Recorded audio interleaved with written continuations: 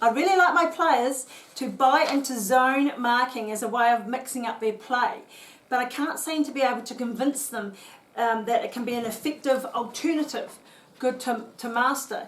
Any tips or drills that may help would be appreciated. Thanks and regards, Isabel Kyle. Thanks, Isabel, for reaching out. And I've put a couple of things down. The first thing is that you've got to train them up to actually feel what success looks like or feels like. So it could be a myriad of small games that they're actually marking a space. So if we took this centre third, we start with splitting it off into like little small squares. So we might just start with this much here and going like this. And they've got 4 squares there on that small part. So what you do is you put a defender in there, and they're marking the space, and then you have an attacker. So you have a passer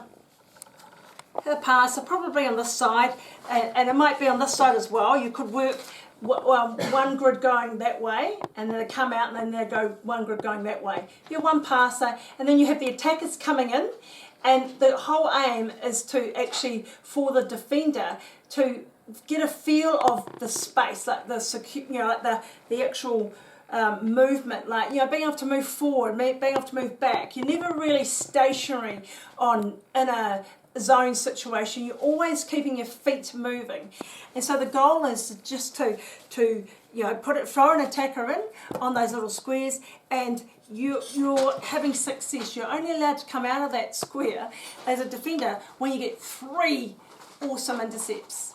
So you could start with that, like just giving them some reward of understanding why you actually do that. To put in another defender in here in the middle part of these 4 squares. So, and we put her in there, or him. That defender there can actually go only for those ones that are in there.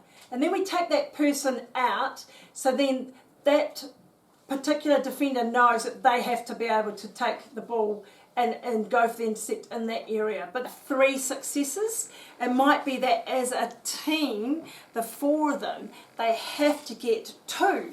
They just have to get 2 intercepts where they're actually moving and working within their zone space.